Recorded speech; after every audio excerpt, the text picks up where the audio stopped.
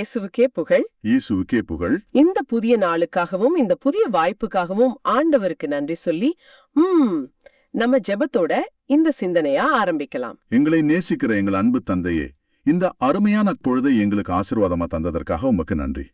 இன்னைக்கு நாங்க சிந்திக்க போற இறை வார்த்தைகள் அது வெறும் வார்த்தைகளா இல்லாம எங்கள் வாழ்வின் பாதைக்கு ஒரு விளக்கா இருக்கட்டும். ஆமாம் ஆண்டவரே, அதை எங்க உள்ளத்துல ஆழமா பதிய வச்சு அதன்படி வாழ்ற அருளத்தாரோம்.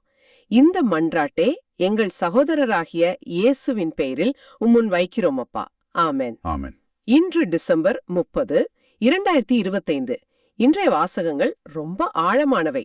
ஒருத்தரோட முழு ஜீவித அர்ப்பணிப்பு, அப்புறம் சரியான தேர்வுகள், இத பத்தி பேசுது. ஆமா, இத நம்ம சரியா புரிஞ்சுக்க ஒரு சின்ன ஸ்டோரியோட ஆரம்பிச்சா நல்லா இருக்கும். கண்டிப்பா. ஒரு பெரிய மலை உச்சி, அங்க ரொம்ப பழமையான ஒரு தேவாலயம் இருந்துச்சு. ஓ. அந்த தேவாலயத்தை பராமரிக்கிற ஒருத்தர் இருந்தார். அவரோட ஒரே வேலை தினமும் சரியான நேரத்துக்கு அந்த பெரிய தேவாலயம் மணி அடிக்கிறது தான். காலையில, மதியம், சாயங்காலம்னு விடாம அடிப்பாரு. புயல், மழை எது வந்தாலும் சரி, புயல் அடிச்சாலும், கனமழை பெஞ்சாலும், கொளுத்துற வெயிலா இருந்தாலும் அந்த மணியோசை மட்டும் நிக்கவே நிக்காது. ஆனா அந்த மலையில வேற யாருமே இல்லையே. அதுதான் விஷயமே. ஒரு நாள் அந்த வழியா போன ஒருத்தர் அவர்கிட்ட கேட்டார், ஐயா, இந்த ஆள் அரவமற்ற மலையில யாருக்காக இவ்வளவு கஷ்டப்பட்டு தினமும் மணி அடிக்கிறீங்க? இத கேட்க இங்க யாருமே இல்லையே அப்படின்னு கேட்டார். அதுக்கு அவர் என்ன சொன்னார்? அதுக்கு அந்த பெரியவர் சிரிச்சுக்கிட்டே சொன்னாராம், நானும் எனக்காக அடிக்கல தம்பி. இந்த மலைக்கு கீழே ஒரு பெரிய பள்ளத்தாக்கு இருக்கு. அங்க ஆயிரக்கணக்கான மக்கள் வாழ்றாங்க. ஓஹோ. அவங்க என் மணியோசைய வச்சுதான் நேரத்தை கணக்கிடுறாங்க, தங்களோட வேலைகளை செய்யறாங்க. இந்த மணியோசை அவங்களுக்கு ஒரு நம்பிக்கையை கொடுக்குது. கடவுள் தங்களோட இருக்கிறாருன்னு ஒரு நினைவூட்டலா இருக்கு. அவங்க என்ன பார்க்க வேண்டிய அவசியம் இல்ல, ஆனா என்னோட வேலை அவங்களுக்கு பயன்தருது, அது போதும் எனக்கு அப்படின்னாராம். ரொம்ப அழகான ஒரு ஸ்டோரி. யாருடைய கவனத்தையும் ஈர்க்காத, ஆனா ரொம்ப அர்த்தமுள்ள ஒரு பணி. ஆமா, இந்த கருவை மனசுல வச்சுக்கிட்டே நாம இன்றைய வாசகங்களுக்குள்ள போகலாம். எல்லாமே இதோட எங்கேயோ ஒரு இடத்துல இணையுது. சரி, அப்போ நற்செய்தியிலிருந்து ஆரம்பிக்கலாமா? லூக்கா நற்செய்தி அதிகாரம் 2. ஆமா, வசனங்கள் 36 முதல் 40 வரை. இதுல அன்னா என்கிற ஒரு இறைவாக்கினர் தன் வாழ்நாள் முழுவதும் ஆண்டவருக்காக எப்படி காத்திருந்தாருன்னு, குழந்தை இயேசுவை கண்டபோது அவர் என்ன செய்தாருன்னு தியானிக்கலாம். சரி, வாங்க ஆரம்பிக்கலாம். இந்த வாசகம் நமக்கு அன்னா என்கிற ஒருவரை அறிமுகப்படுத்துது. அவங்க ஆசேர் குலத்தைச் சேர்ந்த பானுவேலின் மகள்னும் ஒரு இறைவாக்கினர்னு சொல்லப்பட்டிருக்கு. இங்கேயே பல தகவல்கள் இருக்கு. ஆமா, இங்க ஒவ்வொரு வார்த்தைக்கும் ஒரு அர்த்தம் இருக்கு. முதல்ல அவங்க ஒரு கற்பனை பாத்திரம் இல்லைங்கிறத ஆசிரியர் ரொம்ப தெளிவுபடுத்துறார். எப்படின்னா, அவங்க குலம், தந்தை பெயர்னு விவரங்களை கொடுக்கறது மூலமா இவங்க ஒரு நிஜமான வரலாற்று நபர்னு சொல்றாரு. அதுலயும் குறிப்பா ஆசேர் குலம்னு சொல்றது ரொம்ப முக்கியம். ஒரு நிமிஷம், இந்த ஆசேர் குலம் பத்தி சொல்றீங்களே, அதுக்கு என்ன முக்கியத்துவம்? இஸ்ரேலின் 12 குலங்கள்ல இதுக்குன்னு ஏதாவது தனி சிறப்பு உண்டா? நம்ம நேயர்களுக்கு அதை கொஞ்சம் விளக்க முடியுமா? கண்டிப்பா. தொடக்க நூலுல யாக்கோபு தன் 12 மகன்களுக்கும் ஆசீர் வழங்கும் போது ஆசேரை பார்த்து, ஆசேர் தரும் உணவு வகை உத்தமமானது, அரசர்க்கேற்ற அறுசுவை உணவு அவன் வழங்குவான்னு கூறுவார். ஓ, அப்போ அது ஒரு செழிப்பான குலம். ஆமா, அதாவது செழிப்பு, மகிழ்ச்சி, ஆசீர்வாதம், இதுக்கெல்லாம் அடையாளமான ஒரு குலம் அது. இப்ப அந்த பின்னணியில அண்ணாவை பாருங்க. இவ்ளோ வளமான ஒரு குலத்துல பிறந்த ஒரு பெண் தன் வாழ்நாள்ல வெறும் 7 வருஷம்தான் திருமண வாழ்க்கைய பாக்குறாங்க. ஆமா, அதுக்கப்புறம் கைப்பெண்ணாகி நீண்ட காலம் தனிமையில வாழ்றாங்க. அதேதான். இது ஒரு தனிப்பட்ட சோகம் மட்டும் அல்ல. இது இஸ்ரேல் மக்களின் ஒட்டுமொத்த நிலையோட ஒரு உருவகம். வாக்குத்தத்தங்களை பெற்ற செழிப்பான மக்கள் அந்த வாக்குறுதியின் நிறைவுக்காக பல நூற்றாண்டுகளா காத்திருந்த சோகமான நிலைய அண்ணாவின் வாழ்க்கை பிரதிபலிக்குது. நீங்க சொல்றது ஆச்சரியமா இருக்கு. அப்போ அவங்களோட தனிப்பட்ட வாழ்க்கை ஒரு பெரிய சரித்திரத்தையே நமக்கு காட்டுது. அதுவும் அவங்களுக்கு 84 வயதுன்னு குறிப்பிடப்பட்டிருக்கு. அந்த வயசுலயே அவங்க தளராம இருந்திருக்காங்க. இங்கதான் இன்னொரு ஆழமான குறியீடு இருக்கு. அந்த 84 வயசை நம்ம சாதாரணமா பார்க்க கூடாது. திருவிவிலியத்துல எண்கள் வெறும் எண்ணிக்கை இல்ல. 84 பிரிச்சு பாருங்க. 12 பெருக்கல் 7. 12 பெருக்கல் 7. 12ங்கிறது இஸ்ரேலின் 12 குலங்களை குறிக்கும். 7ங்கிறது நிறைவு, முழுமையை குறிக்கும் ஒரு எண். ஓ, அப்ப நீங்க என்ன சொல்ல வர்றீங்கன்னா, ஆசிரியர் 84ங்கிற எண்ண சும்மா அவங்க வயசானவங்கன்னு காட்டுறதுக்காக பயன்படுத்தல. இஸ்ரேல் குலங்களோட காத்திருப்பு அதோட முழுமையான நிறைவான கட்டத்தை அடைஞ்சிருச்சு. இப்ப மீட்பு வரப்போகுதுன்னு சொல்றதுக்கான ஒரு இலக்கிய குறியீடு, ஒரு சீக்ரெட் கோடு மாதிரி இதுன்னு சொல்றீங்களா?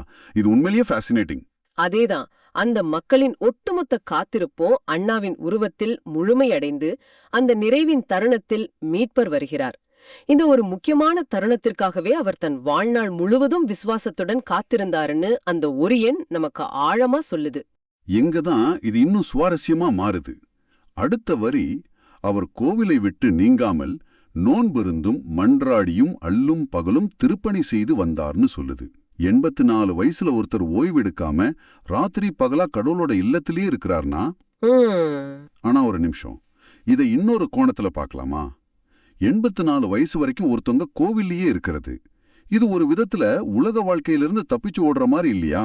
ஆழ்ந்த பக்திக்கும் துக்கத்திலிருந்து வெளியே வர முடியாத நிலைக்கும் என்ன வித்தியாசம்னு எப்படி பார்க்கறது? இது ரொம்ப முக்கியமான ஒரு கேள்வி. அந்த கால சமூக சூழலை நம்ம புரிஞ்சுக்கணும். கணவனை இழந்த ஒரு பெண்ணுக்கு சமூகத்துல பெரிய ஆதரவோ பாதுகாப்போ கிடையாது. அவங்களுக்கு 2 வழிகள் தான். சரி. ஒன்னு மறுமணம் செஞ்சுக்கிறது, அல்லது தான் குடும்பத்தை சார்ந்து வாழ்றது. ஆனா அண்ணா 3வதா ஒரு வழியை தேர்ந்தெடுக்கிறாரு. அவர் மனிதர்களை சார்ந்து இல்லாம கடவுளையே தன் புகலிடமா மாத்திக்கிறாரு. கோவில் அவருக்கு ஒரு தப்பிக்கும் இடம் இல்ல, அதுதான் அவருடைய உலகம். அப்போ அது விரக்தியின் செயல் இல்ல, ஒரு தேர்ந்தெடுப்புன்னு சொல்றீங்க? நிச்சயமா. அவரோட நோம்பும் ஜபமும் வெறுமையான சடங்குகள் இல்ல. நோம்புங்கிறது வெறும் பசியோட இருக்கிறது இல்ல, உலக ஆசைகள்ல இருந்து தன்னை விடுவிச்சு மனத கடவுளுக்காக தயார்படுத்துற ஒரு பயிற்சி. அவருடைய மன்றாட்டுங்கிறது ஆண்டவரே சீக்கிரம் வாங்கன்னு சொல்ற ஒரு ஏக்கத்தோட செயல் வடிவம். ஆண்டவரோட வருகைக்காக எப்போதும் ஜெபத்தில் காத்திருக்கும் திருச்சபையின் ஒரு சக்தி வாய்ந்த உருவகமா அண்ணா மாறுறாங்க. அவரோட காத்திருப்பு ஒரு செயலற்ற காத்திருப்பு இல்ல, அது ஒரு செயல் மிகுந்த எதிர்நோக்கு. நீங்க சொல்றது சரிதான். சிமியோன் என்கிற இன்னொரு பெரியவர் மீட்பரை காணும் வரை சாக மாட்டார்னு பரிசுத்த ஆவியால் உணர்த்தப்பட்டிருந்தார்னு இதே பகுதியில நம்ம வாசிக்கிறோம். ஆமாம். ஒருவேளை அண்ணாவும் அதே மாதிரி ஆவியாரின் வழிநடத்துதலால் தான் கோவிலேயே தங்கியிருக்க தூண்டப்பட்டிருக்கலாம் இல்லையா? இது குருட்டுத்தனமான நம்பிக்கை இல்ல, ஒரு உறுதியான எதிர்நோக்கு. மிகச் சரியான கருத்து. அவங்க 2 பேருமே ஒரே நாணயத்தோட 2 பக்கங்கள் மாதிரி. சிமியோன் ஆணின் பிரதிநிதி, அண்ணா பெண்ணின் பிரதிநிதி. 2 பேருமே இஸ்ரேலின் விசுவாசமான காத்திருப்புக்கு சாட்சிகளா நிக்கிறாங்க. அவங்களுடைய காத்திருப்பு ஆவியாரின் வழிநடத்துதலால் உருவானது. பிறகு அந்த தருணம் வருது. புனித யோசேப்பும் அன்னை மரியாவும் குழந்தைய கொண்டு வரும்போது அந்நேரத்துல தானே அவர் அங்க வந்து அப்படின்னு வாசகம் சொல்லுது. அந்த வார்த்தைகள் ரொம்ப சக்தி வாய்ந்ததா இருக்கு.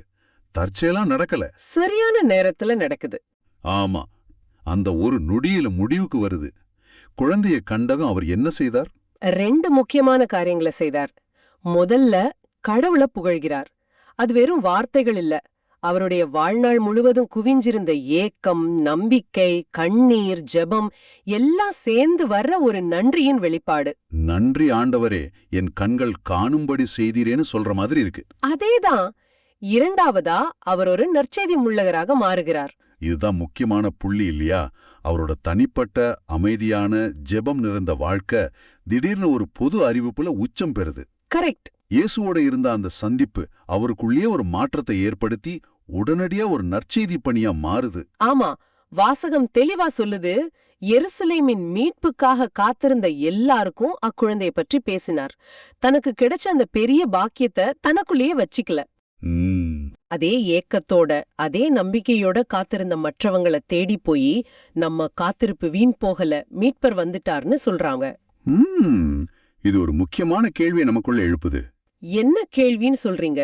நாம வாழ்க்கையில ஒரு ஆழமான நல்ல அனுபவத்தை சந்திக்கும் போது அதை நமக்குள்ளே வச்சுக்கிறோமா, இல்ல அண்ணாவா போல நம்ம சுத்தி இருக்கிற நம்பிக்கை தேவைப்படுற மக்களோட அதை பகிர்ந்துக்கிறோமா? இது ரொம்ப சுவாரஸ்யமா இருக்கு. ஒரு தனிப்பட்ட பெண்ணோட வாழ்நாள் காத்திருப்பு அவரோட உச்சக்கட்ட தருணம்னு ஒரு மைக்ரோ லென்ஸ்ல பாத்துட்டு இருந்த நாம திடீர்னு கேமரா பின்னாடி போய் திருக்குடும்பம் அவங்களோட கடமைகளை செஞ்சிட்டு இருக்கிற ஒரு மேக்ரோ காட்சிய பாக்குறோம். ஆமா, வாசகத்தோட கடைசி பகுதி ஆண்டவருடைய திருச்சட்டப்படி எல்லாவற்றையும் செய்து முடித்த பின் அவங்க நாசலேத்துக்கு திரும்புறாங்கன்னு சொல்லுது. அண்ணாவோட உச்சக்கட்ட மகிழ்ச்சியான தருணத்தையும் திருக்குடும்பத்தின் அமைதியான கடமையை செய்யும் தருணத்தையும் ஒப்பிட்டு பார்க்க வைக்கிறார். திருச்சட்டத்தை கொடுத்தவரே குழந்தை இயேசு. அவர் சட்டத்துக்கு மேலானவர். சரிதான். ஆனாலும் தன் பெற்றோர் மூலமா மனிதர்களுக்காக உருவாக்கப்பட்ட அந்த சட்டத்துக்கு தன்னையே உட்படுத்துறார். இது அவங்களோட தாழ்ச்சியையும் கீழ்ப்படிதலையும் காட்டுது. கடவுளோட சித்தத்துக்கு நம்மள முழுமையா அர்ப்பணிக்கிறதுல தான் உண்மையான சுதந்திரம் இருக்குன்னு திருக்குடும்பம் நமக்கு வாழ்ந்து காட்டுது. அண்ணாவின் இறைவாக்கு அறிவிப்பும் திருக்குடும்பத்தின் அமைதியான கீழ்ப்படிதலும் ரெண்டுமே மீட்பின் திட்டத்துல முக்கியமான பகுதிகள்னு சொல்ல வரீங்க. ஆமா, ஒன்னு உணர்ச்சி பூர்வமான வெளிப்பாடு, இன்னொன்னு அமைதியான அர்ப்பணிப்பு. ரெண்டுமே தேவை. அதுக்கப்புறம் வர்ற கடைசி வசனம்தான் இந்த முழு பகுதிக்குமே ஒரு அழகான முடிவுரை மாதிரி இருக்கு. எந்த வசனம்? குழந்தை வளர்ந்து வலிமை பெற்று ஞானத்தால் நிறைந்து கடவுளுக்கு உகந்ததாயிருந்தது. ஆமா, அந்த வரி ரொம்ப எளிமையா இருந்தாலும் அதுக்குள்ள 30 வருஷ வாழ்க்கை அடங்கி இருக்கு. இயேசுவோட மறைவான வாழ்க்கை. சரி. பெரிய சுந்தைகளோ பொது போதனைகளோ இல்லாத அந்த வருஷங்கள்ல அவர் ஒரு சாதாரண மனிதனா அருளிலும் ஞானத்திலும் அமைதியா வளர்ந்தார். ஒரு தச்சனின் மகனா தன் பெற்றோருக்கு கீழ்ப்படிந்து தன் அன்றாட கடமைகளை செய்தார். அந்த அமைதியான சாதாரண வாழ்க்கையின் மூலியமாகவே அவர் உலகை மீட்க தன்னை தயார்படுத்தினார். அந்த ஒரு வரி ஒவ்வொரு குடும்பத்துக்கும் ஒரு புரோட்டோ, அதாவது ஒரு முன்மாதிரி. குழந்தைகள் எப்படி வளரணுங்கிறதுக்கு இது ஒரு வழிகாட்டி. உடல் வலிமை மட்டும் போதாது, ஞானத்தால் நிறைய வேண்டும். ஆமா, கடவுளிடமிருந்து வரும் ஞானம். அதேதான். கடவுளுக்கு உகந்த ஒரு வாழ்க்கை வாழும்போது அந்த ஞானம் தானாகவே நிறையும். திருக்குடும்பம் வாழ்ந்த அந்த நாசரேத் வாழ்க்கை நம்மளோட அன்றாட குடும்ப வாழ்வை நாம எப்படி புனிதப்படுத்தலாம் என்பதற்கு ஒரு சிறந்த எடுத்துக்காட்டு. ஆஹா, இன்னைக்கு நாம பார்த்த இந்த சில வரிகள் அண்ணா என்கிற ஒரு சக்தி வாய்ந்த முன்மாதிரியை காட்டுது. விசுவாசமான காத்திருப்பு, ஆழமான ஜெபம் மற்றும் மகிழ்ச்சியான அறிவிப்பு. கடவுளுக்காக அர்ப்பணிக்கப்பட்ட ஒரு வாழ்க்கை எவ்வளவு அமைதியா யாருக்கும் தெரியாம இருந்தாலும் அது ஒரு மாபெரும் நோக்கத்துக்காக தயாராயிட்டு இருக்குன்னு இது காட்டுது. நிச்சயமா நம்மளோட காத்திருப்புகள் அர்த்தமற்றவை இல்லைங்கிற ஒரு பெரிய நம்பிக்கை அண்ணாவோட வாழ்க்கை நமக்கு கொடுக்குது. இத பற்றி நீங்க கொஞ்சம் சிந்தித்து பாருங்க. நம்முடைய இந்த நவீன உலகத்துல அமைதியா யாருடைய கவனத்தையும் ஈர்க்காம ஒரு நல்ல எதிர்காலத்துக்காக, ஒரு மாற்றத்துக்காக நம்பிக்கையோட காத்திருக்கிற அண்ணாக்கள் நிறைய பேர் இருக்காங்க. அவங்க ஒரு சமூக செயல்பாட்டாளரா இருக்கலாம், ஒரு ஆசிரியரா இருக்கலாம், ஏன் உங்க குடும்பத்திலே ஒருத்தரா கூட இருக்கலாம். அவங்க எந்த நற்செய்திக்காக காத்திருக்கிறாங்க, அந்த நம்பிக்கையின் செய்திய அவங்களுக்கு கொண்டு போய் சேர்க்கிறவங்கள நாம எப்படி மாறலாம்? சரி, நற்செய்தியோட கடைசி பகுதிக்கு வருவோம். குழந்தை வளர்ந்து வலிமை பெற்று ஞானத்தால் நிறைந்து கடவுளுக்கு உகந்ததாய் இருந்ததுன்னு வாசிக்கிறோம். இது இயேசுவோட குழந்தை பருவத்தை பத்தி சொல்லுது. ஆமா, இங்க குடும்பத்தோட பங்கு எவ்வளவு முக்கியம் தெரியுது. இது எனக்கு திருத்தந்தை பிரான்சிஸ் சொல்ல ஒரு விஷயத்த ஞாபகப்படுத்துது. சொல்லுங்க.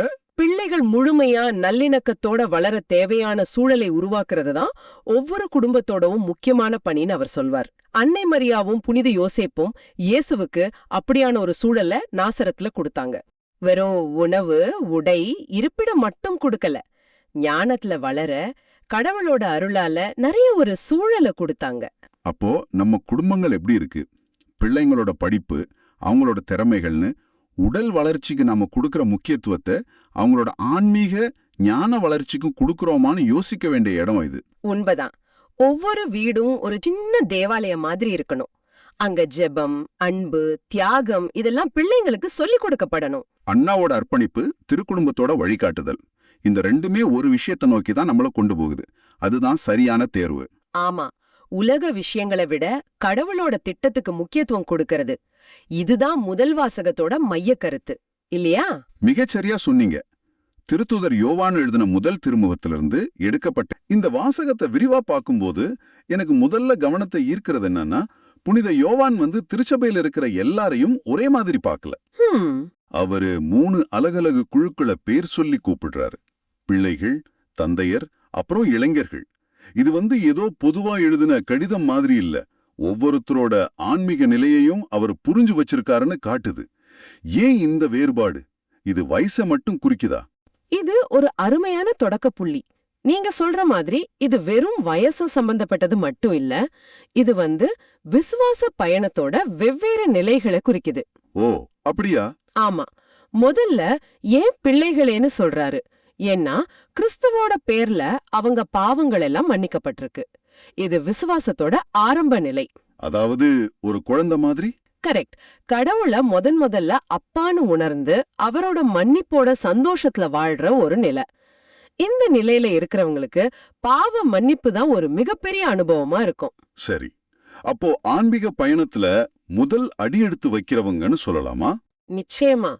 இல்லனா கடவுள்கிட்ட திரும்பி வந்து அவரோட மன்னிப்ப புதுசா அனுபவிக்கிறவங்களாவும் இருக்கலாம். அடுத்ததா தந்தையரேன்னு சொல்றாரு. இங்க காரணம் மாறுது பாருங்க. தொடக்கத்தில் இருந்தவரே நீங்கள் அறிந்திருக்கிறீர்கள்னு சொல்றாரு. இது ஒரு முதிர்ந்த விசுவாச நிலை. பல வருஷ அனுபவம். ஆமா, பல வருஷமா பல சோதனைகள், இன்பத் துன்பங்கள் வழியா கடவுளோட பயணிச்சு அவரோட மாறாத தன்மையையும் ஆழமான அன்பையும் அனுபவபூர்வமா உணர்ந்தவங்களோட நிலை இது. இவங்களுக்கு கடவுளுங்கிறது ஒரு தத்துவம் இல்ல, அது ஒரு வாழ்நாள் அனுபவம். ரொம்ப அழகா சொன்னீங்க. மூணாவதா இளைஞர்களேன்னு சொல்றது எனக்கு ரொம்ப சக்தி வாய்ந்ததா தெரியுது. ஏன்னா அங்க ஒரு போராட்டம், ஒரு வெற்றியை பத்தி பேசுறாரு. நீங்கள் தீயோனை வென்று விட்டீர்கள்னு சொல்றாரு. நிச்சயமா, இது விசுவாசத்தோட ஒரு செயல்பாடு, ஒரு போராட்ட கட்டம். இந்த நிலையில இருக்கிறவங்க ரொம்ப வலிமையானவங்க. கடவுளோட வார்த்தை அவங்களுக்குள்ள தங்கியிருக்கு. அதனால அவங்களுக்கு ஒரு வலிமை கிடைக்குது. ஆஹா, அதனால உலகத்தோட சோதனைகளையும் தீய சக்திகளையும் எதிர்த்து போராடுற ஆன்மீக வலிமை அவங்களுக்கு இருக்கு. இது வெறும் தற்காப்பு நிலை இல்ல, இது ஒரு வெற்றிகரமான போர் வீரனோட நிலை. இங்கதான் பாருங்க, இது ரொம்ப சுவாரஸ்யமா மாறுது. அவர் வசனம் 13-14 இதே திரும்பவும் சொல்றாரு. ஆமா, கிட்டத்தட்ட அப்படியே சொல்றாரு. பிள்ளைகளை பத்தி ஒரு தடவை, ஆனா தந்தையரையும் இளைஞர்களையும் பத்தி 2 தடவை சொல்றாரு. ஒரு விஷயத்தை 2 தடவை சொல்றதுக்கு ஒரு ஆழமான காரணம் இருக்கணும் இல்லையா? இது சும்மா ஞாபகப்படுத்துறதுக்கா இல்ல அதுக்கு மேல எதுவும் இருக்கா? இது ரொம்ப நல்ல கேள்வி. இது வெறும் ஞாபகப்படுத்துதல் மட்டும் இல்ல, இது ஒரு உறுதிப்படுத்துதல். உறுதிப்படுத்துதலா? ஒரு கோச் வந்து அவங்க டீம் வீரர்கள் கிட்ட நீங்க வெற்றியாளர்கள், அத மறக்காதீங்கன்னு ஆட்டத்துக்கு முன்னாடி திரும்ப திரும்ப சொல்ற மாதிரி. ஓ, புரியுது. யோவான் வந்து ஒவ்வொரு குழுவுக்கும் அவங்களோட ஆன்மீக அடையாளத்தை ஆழமா பதிய வைக்க முயற்சி பண்றாரு. பிள்ளைகளே, நீங்க மன்னிக்கப்பட்டவங்க. தந்தையரே, கடவுளோட உங்க உறவு உண்மையானது. இளைஞர்களே, உங்க வலிமைய குறைச்சு மதிப்பிடாதீங்க. நீங்க ஏற்கனவே ஜெயிச்சவங்க. இந்த உறுதியை கொடுத்ததுக்கு அப்புறம் தான் அவர் அந்த 3 பேருக்குமே ஒரு பொதுவான முக்கியமான கட்டளைய கொடுக்கறாரு. வசனம் 15, உலகத்தின் மீதும் அதில் உள்ளவை மீதும் அன்பு செலுத்தாதீர்கள். இது கேட்கும்போது கொஞ்சம் அதிர்ச்சியா இருக்கு. உலகம்னா அவர் எதை சொல்றாரு? இந்த அழகான பூமி, மலை, கடல், கலைகள் இதே இல்லாமா? ஏன்னா தொடக்க நூல்ல பார்த்தா கடவுள் உருவாக்குன எல்லாத்தையும் பார்த்து நல்லா இருந்துச்சுன்னு திரும்ப திரும்ப சொல்றாரு. சரியான கேள்வி. அப்போ கடவுள் உருவாக்குன ஒரு நல்ல விஷயம் மேல அன்பு வைக்க கூடாதுன்னு யோவான் சொல்வாரா? இதுல ஒரு முரண்பாடு இருக்கிற மாதிரி தோணுதே. இந்த கேள்விதான் இந்த வாசகத்தோட திறவுகோலே. நீங்க கேக்குறது மிகச்சரியான ஒரு கேள்வி. இங்க உலகம், அதாவது கிரீக்கத்துல காஸ்மோஸ்ங்கிற வார்த்தை, அது கடவுளோட இந்த பௌதிக படைப்பை குறிக்கல. அப்ப எதை குறிக்குது? அது வந்து கடவுளோட மதிப்பேடுகளுக்கு எதிரா மனுஷனை மையப்படுத்தி பாவத்தால சிதைஞ்சு போன ஒரு அமைப்பு, ஒரு சிஸ்டத்தை குறிக்குது. ஓ, ஒரு சிஸ்டம். ஆமா, அதாவது கடவுளை நிராகரிச்சுட்டு மனுஷனோட சுயநல ஆசைகள் மேல கட்டமைக்கப்பட்ட ஒரு சமூக, கலாச்சார, பொருளாதார அமைப்பு. வசனம் 16ல யோவான் அந்த உலகத்தோட குணங்களை ரொம்ப தெளிவா விளக்குறாரு. ஆமா, அந்த 3 குணங்களையும் பார்க்கலாம். முதல்ல உடல் ஆசை. இது வெறும் உடல் சம்பந்தப்பட்ட தவறான இன்பங்களை மட்டும் குறிக்குதா, இல்ல அதுக்கும் மேல ஆழமான அர்த்தம் இருக்கா? இன்னைக்கு இது எப்படி புரிஞ்சுக்கிறது? இது வெறும் உடல் இன்பங்களை தாண்டி இன்ஸ்டன்ட் கிராட்டிபிகேஷனையும் தேடுற மனப்பான்மையும் குறிக்குது. வலியை தவிர்த்து சௌகரியத்தை தேடுறது. கரெக்ட். கடினமா உழைச்சு படிக்கிறத விட சுலபமா ஏமாத்தி மார்க் வாங்குறது. பொறுமையா உறவுகளை காப்பாத்துறத விட சின்ன பிரச்சனை வந்ததும் அதை முறிச்சிக்கிறது. இது எல்லாமே இந்த உடல் ஆசையோட வெவ்வேறு வடிவங்கள் தான். அளவுக்கு மீறி சாப்பிடுறது, அளவுக்கு மீறி தூங்குறது, சோம்பேறித்தனம், ஆடம்பரமான வாழ்க்கை மேல இருக்கிற வெறி. ஆமா, என் உடல் தான் எல்லாம்னு நினைக்கிற எண்ணம், இது எல்லாமே உடல் ஆசைதான். நம்மள கடவுளை நினைக்க விடாம நம்ம உடலின் தேவைகளையே மூழ்கடிக்கிற ஒரு மனநிலை. அப்போ இச்சை நிறைந்த பார்வைனா என்ன? அது மத்தவங்க கிட்ட இருக்கிறத பார்த்து அது எனக்கும் வேணும்னு பேராசப்படுறது. ஒரு விதமான பொறாமை. அது அடுத்தவங்களோட பொருளா இருக்கலாம், பதவியா இருக்கலாம், ஏன் அவங்களோட வாழ்க்கையாமே இருக்கலாம். இன்னைக்கு சோஷியல் மீடியா காலத்துல இது ரொம்பவே அதிகம். ரொம்ப அதிகம். மத்தவங்க போடுற போட்டோக்களை பார்த்து அவங்க வாழ்ற மாதிரி ஒரு போலியான வாழ்க்கையை வாழணும்னு ஆசைப்படுறது, என் வாழ்க்கை இப்படி இல்லையேன்னு ஏங்குறது, இது எல்லாமே இச்சை நிறைந்த பார்வைதான். ரொம்ப உண்மை. ஒருபோதும் திருப்தியடையாத ஒப்பிட்டுக்கிட்டே இருக்கிற ஒரு மனநிலை தான் இந்த இச்சை நிறைந்த பார்வை. இது நம்ம கிட்ட இருக்கிறதுக்காக கடவுளுக்கு நன்றி சொல்ல விடாம இல்லாத ஒண்ணுக்காக நம்மள ஏங்க வைக்குது. கடைசியா செல்வச்செருக்கு. இதுதான் எல்லாத்த விட ஆபத்தானதா தோணுது. ஆமா, ஏன்னா இது ஒரு விதமான கர்வம்.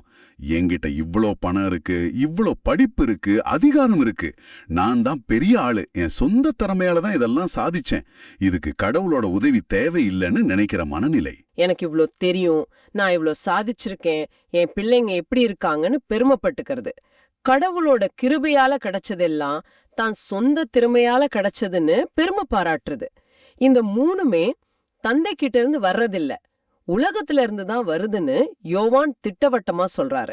அப்படியானா நாம வாழ்ற இந்த சமூகத்துல இந்த 3 ஆசைகளும் நம்ம அன்றாட வாழ்க்கையோட ஒரு பகுதியாவே இருக்குதே. விளம்பரங்கள், சினிமா, சோஷியல் மீடியா எல்லாமே இந்த ஆசைகளை தூண்டுற மாதிரி தானே இருக்கு. இதுல இருந்து நாம எப்படி விலகி இருக்கிறது? இது ஒவ்வொரு நொடியும் நாம் எடுக்க வேண்டிய ஒரு தேர்வு மாதிரி இருக்கு. இது ஒரு பெரிய போராட்டமா இருக்குமே. நிச்சயமா இது ஒரு போராட்டம்தான். அதனாலதான் யோவான் முதல்லயே நீங்க வலிமையானவங்க, தீயோனை வென்றவர்கள்னு இளைஞர்களுக்கு ஞாபகப்படுத்துறாரு. ஆமா, இது ஒரு பெரிய படமா பார்த்தா வசனம் 17 அந்த 2 தேர்வுகளோட விளைவுகளை ரொம்ப அழகா சொல்லுது. அங்க 2 பாதை தெளிவா தெரியுது. முதல் பாதை, உலகம் மறைந்து போகிறது, அதன் தீய நாட்டங்களும் மறைந்து போகின்றன. தற்காலிகமானது. ஆமா, அதாவது நாம இப்ப பார்த்த அந்த உடலாசை, இச்சை, செல்வச்செருக்கு மேல கட்டின வாழ்க்கை எவ்ளோ கவர்ச்சியா தெரிஞ்சாலும் சரி, அது தற்காலிகமானது, நிலையற்றது. இது ஒரு கடற்கரையில கட்டுற மணல் கோட்டை மாதிரி இல்லையா? மிக அருமையான ஓமை. கட்டுறதுக்கு அழகா இருக்கலாம், பார்க்க பிரம்மாண்டமா தெரியலாம், ஆனா ஒரு பெரிய அலை வந்தா அது இருந்த இடம் தெரியாம அழிஞ்சு போயிடும். அந்த அழிவை தடுக்கவே முடியாது. கரெக்ட். அந்த மணல் கோட்டை தான் இந்த உலகத்தோட கவர்ச்சி. ஆனா யோவான் 2வது பாதையும் காட்டுறாரு. கடவுளின் திருவுள்ளத்தை நிறைவேற்றுபவர் என்றும் நிலைத்திருப்பார். இதுதான் நிலைவாழ்வு. ஆமா, இதுதான் நமக்கு வாழ்க்களிக்கப்பட்ட நிலைவாழ்வு. இது நிலையானது, மாறாதது, உண்மையான மகிழ்ச்சியையும் நிறைவையும் தர்றது. இந்த கிறிஸ்து பிறப்பு காலத்துல நாம சிந்திச்சு பார்க்க வேண்டியதும் இதுதான். கடவுள் ஏன் மனிதனானார்? ஆமா, கடவுள் ஏன் ஒரு குழந்தையா இந்த உலகத்துக்கு வந்தாரு? இந்த உலக சிஸ்டத்திலிருந்து நம்மள மீட்டு, அழிஞ்சு போற பாதையிலிருந்து நம்மள திருப்பி நிலைவாழ்வுங்கிற இந்த 2வது பாதையை நமக்கு திறந்து வைக்கத்தான் அவர் வந்தாரு. நம்ம தந்தையாகிய கடவுள் அவரோட திருவிழத்துக்கு நம்மள அர்ப்பணிக்கும் போது அவர் நம்மள நிலைவாழ்வுக்காக, விண்ணகத்துக்காக செதுக்குறாரு. அந்த செதுக்குதல் சில நேரம் வலிக்கலாம், ஆனா அதோட கடைசி பலன் என்றும் நிலைத்திருக்கும் பேரானந்தம். ஆக இன்றைய வாசகம் மூலமா புனித யோவான் நமக்கு ஒரு தெளிவான செய்தியை தராரு. நம்ம விசுவாச பயணம் ஒவ்வொரு கட்டத்திலையும் தனித்துவமானதுன்னு ஏத்துக்கிட்டு, நிலையற்ற உலக ஆசைகளுக்கும் கடவுளோட திருவுளத்தை நிறைவேற்றுறதால கிடைக்கிற நிலைவாழ்வுக்கும் நடுவுல நாம தினமும் ஒரு தேர்வு செய்யணும்னு அவர் ஆணித்தரமா வலியுறுத்துறாரு. இத பத்தி நீங்க சிந்திச்சு பார்க்க ஒரு இறுதி எண்ணம். இன்று உங்க வாழ்க்கையில உலக ஆசைகள்னு நீங்க கருதுற ஒரு காரியத்தை யோசிச்சு பாருங்க. அது ஒரு பொருளா இருக்கலாம், ஒரு பழக்கமா இருக்கலாம், இல்ல ஒரு பெருமையான எண்ணமா கூட இருக்கலாம். அந்த மணல் கோட்டையோட ஒரு சின்ன பகுதியா எது இருக்கு? ஒரு சின்ன விதத்திலாவது அந்த ஆசையை தவிர்த்து கடவுளோட திருவிழங்கிற அந்த நிலையான பாதைய எப்படி உங்களால தேர்ந்தெடுக்க முடியும்? இந்த உலகத்தோட கவர்ச்சி, பணம், புகழ் எல்லாமே ஒரு நாள் மறைஞ்சு போயிடும். ஆனா கடவுளோட விருப்பத்தை செய்யறவங்க நிலைவாழ்வை பெறுவாங்க. இது மீண்டும் நம்மள அண்ணா கிட்டயே கொண்டு வருது. அண்ணா இந்த உலக ஆசைகளை துறந்து கடவுளோட திருவுளத்தை நிறைவேற்றினதாலதான் இன்னைக்கும் திருச்சபையோட வரலாற்றுல நிலைச்சு நிக்கிறாங்க. அவங்க ஒரு சரியான தேர்வு செஞ்சாங்க. இந்த உண்மைகளை எல்லாம் உள்வாங்கிக்கிட்ட பிறகு நம்ம மனசுல ஒரு பெரிய நன்றி உணர்வும் கொண்டாட்டமான நிலையும் வரணும் இல்லையா? அதுக்கு பதிலுரை பாடல் ரொம்ப அழகா வழிகாட்டுது. திருப்பாடல் 96. ஆமா, இது ஒரு அமைதியான பாடல் இல்ல, இது ஒரு ஆர்ப்பரிக்கிற கொண்டாட்ட மனநிலையை வெளிப்படுத்துற பாடல். அதோட பல்லவியே விண்ணுலகம் மகிழ்வதாக, மண்ணுலகம் களிகூறுவதாகனு தான் ஆரம்பிக்குது. கடவுளோட மகத்துவத்தை நினைச்சு இந்த முழு பிரபஞ்சமே சந்தோஷப்படணும்னு ஒரு அழைப்பு விடுக்குது. பாடல் தொடர்ந்து மாட்சியையும் ஆற்றலையும் ஆண்டவருக்கு சாற்றுங்கள், ஆண்டவர் பெயருக்குரிய மாட்சியை அவருக்கு சாற்றுங்கள்னு சொல்லுது. நம்மகிட்ட இருக்கிற திறமை, அறிவு, செல்வம் எல்லாமே ஆண்டவர் கொடுத்ததுதான். அதனால எல்லா புகழும் அவருக்கே சொந்தம்னு உணர்ந்து வாழணும். இந்த பாடல்ல எனக்கு ரொம்ப பிடிச்ச ஒரு வரி இருக்கு. அது வெறும் ஆலயத்துக்குள்ள பாடுறதோட நம்ம வேலைய முடிக்கல. வேற்றினத்தார் இடையே கூறுங்கள், ஆண்டவரே ஆட்சி செய்கிறார் அப்படின்னு ஒரு கட்டளை கொடுக்குது. ஒரு மிஷனரி அழைப்பு. ஆமா, நம்ம ஆரம்பத்துல பேசின அந்த மணி அடிக்கிறவரோட செயலும் இதுதான்னு. அவரோட மணி ஓசை அந்த பள்ளத்தாக்கு மக்களுக்கு ஒரு செய்திய சொல்லுச்சு. கடவுள் இருக்கிறார், நம்பிக்கையோடு இருங்கள்னு. அதுபோல நம்ம வாழ்க்கையும் நம்ம செயல்களும் மத்தவங்களுக்கு ஆண்டவரே ஆட்சி செய்கிறாருங்கிற செய்தியே சொல்லணும். நிச்சயமா. அண்ணாவும் அதானே செஞ்சாங்க. குழந்தை இயேசுவை கண்டதும் கோவில் இருந்து கொண்டு எருசலேமின் மீட்புக்காக காத்திருந்த எல்லாருக்கும் அந்த நற்செய்தி அறிவிச்சாங்க. அப்போ இன்னைக்கு நாம சிந்திச்ச இந்த 3 வாசகங்களையும் ஒன்னா சேர்த்து பார்த்தா நமக்கு என்ன தெரியுது? அண்ணாவோட அந்த அர்ப்பணிப்புள்ள காத்திருப்பு, திருக்குடும்பம் மூலமா ஒரு குழந்தைய ஞானத்துல வளர்க்கறதுல குடும்பத்தோட பங்கு. அப்போ தினற்றில் உள்ளிட்ட ஆசைகளை விட்டுட்டு நிலை வாழ்வை தர்ற கடவுளோட திருவுளத்தை தேர்ந்தெடுக்கிறோட முக்கியத்துவம், இந்த 3 விஷயங்களையும் பார்த்தோம். இந்த 3மே ஒன்னோட ஒன்னு பிணைஞ்சிருக்கு. அண்ணாவை போல அர்ப்பணிப்போட ஒரு நோக்கத்தோட காத்திருந்தா கடவுளோட திட்டத்தை நம்ம வாழ்க்கையில நாமளும் அடையாளம் கண்டுக்க முடியும். திருக்குடும்பத்தை போல ஞானமான ஜெபம் நிறைந்த சூழலை நம்ம வீடுகள்ல உருவாக்குனா நம்ம அடுத்த தலைமுறை இறைவன்ல வளரும். யோவான் சொல்றது போல உலகத்தை விட கடவுளோட திருவுளத்தை தேர்ந்தெடுத்தா நம்ம வாழ்க்கை அர்த்தமுள்ளதாகவும் நிலையானதாகவும் மாறும். எல்லாவற்றின் மையத்திலும் இருப்பது அந்த அர்ப்பணம்தான். சரிதான். ரொம்ப ஆழமான சிந்தனைகள். இந்த உரையாடலை முடிக்கிறதுக்கு முன்னாடி உங்களுக்காக ஒரு இறுதி சிந்தனை. அண்ணா தான் வாழ்க்கையில கிட்டத்தட்ட 84 ஆண்டுகள் வாழ்ந்தாங்க. அதுல 60 ஆண்டுகளுக்கு மேல கோவில்ல காத்திருந்தாங்க. ஆனா அவங்க குழந்தை இயேசுவ கண்டது சில நிமிடங்கள் அல்லது சில மணி நேரங்கள் மட்டும்தான். ஒரு சில நிமிட தெய்வீக அனுபவத்துக்காக ஒரு முழு வாழ்க்கையும் அர்ப்பணிச்சாங்க. ஆமா, அவங்க வாழ்வின் பெரும்பகுதி யாருக்கும் தெரியாத அமைதியான திரும்ப திரும்ப செய்யும் அன்றாட பணிகள்ல தான் கழிஞ்சது. உங்க வாழ்க்கையில வர்ற நீண்ட காத்திருப்பு காலங்களையும் யாருடைய கவனத்தையும் ஈர்க்காத உங்களுடைய அன்றாட பணிகளையும் நீங்க எப்படி பாக்குறீங்க? யோசிக்க வேண்டிய கேள்வி. அந்த அமைதியான, சில நேரங்களில் சலிப்பூட்டக்கூடிய நிமிடங்கள் கூட ஒரு நாள் கடவுளின் பிரகாசமான பிரசன்னத்தை அடையாளம் காண உங்களை தயார்படுத்துகின்றன என்பதை நீங்க நம்புறீங்களா? இந்த ஆழமான பார்வை உங்களுக்கு பயனுள்ளதாக இருக்குதுன்னு நினைச்சா மத்தவங்களுக்கு இந்த வீடியோவை ஷேர் பண்ணுங்க. நற்செய்தியின் தூதராக இறையாட்சியை எடுத்துறீங்க. நன்றி. மீண்டும் நாளை சந்திப்போம். இயேசுவுக்கே புகழ். அன்னை மரியே வாழ்க.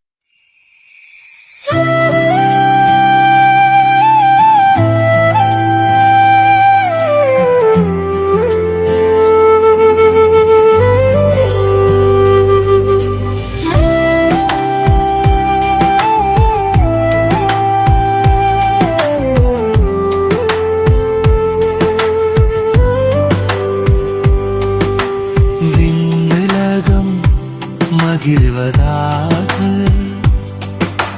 மண்ணுலகம் களி கூர்வதாக.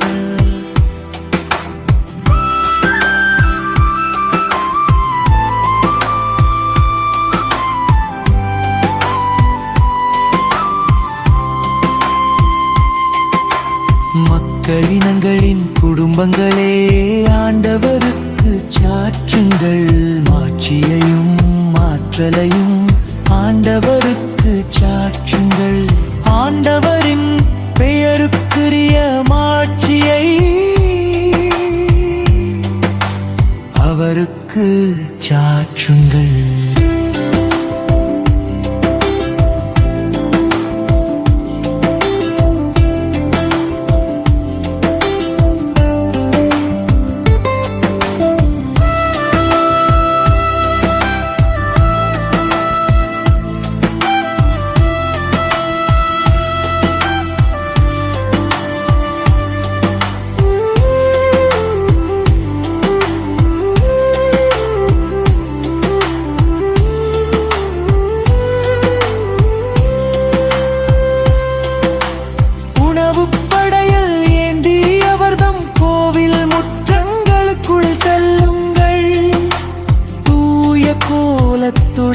ஆண்டவரே வழிபடுங்கள்.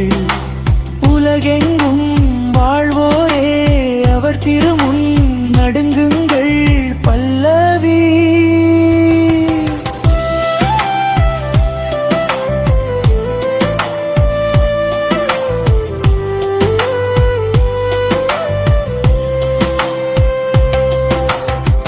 மாற்றினத்தாரிடையே கூறுங்கள், ஆண்டவரே ஆட்சி செய்கின்றார்.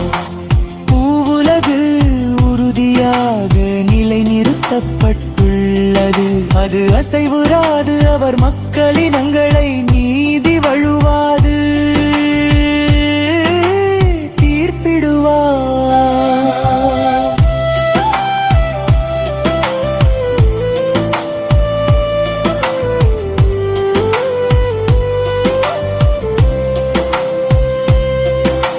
விண்ணுலகும் மகிழ்வதா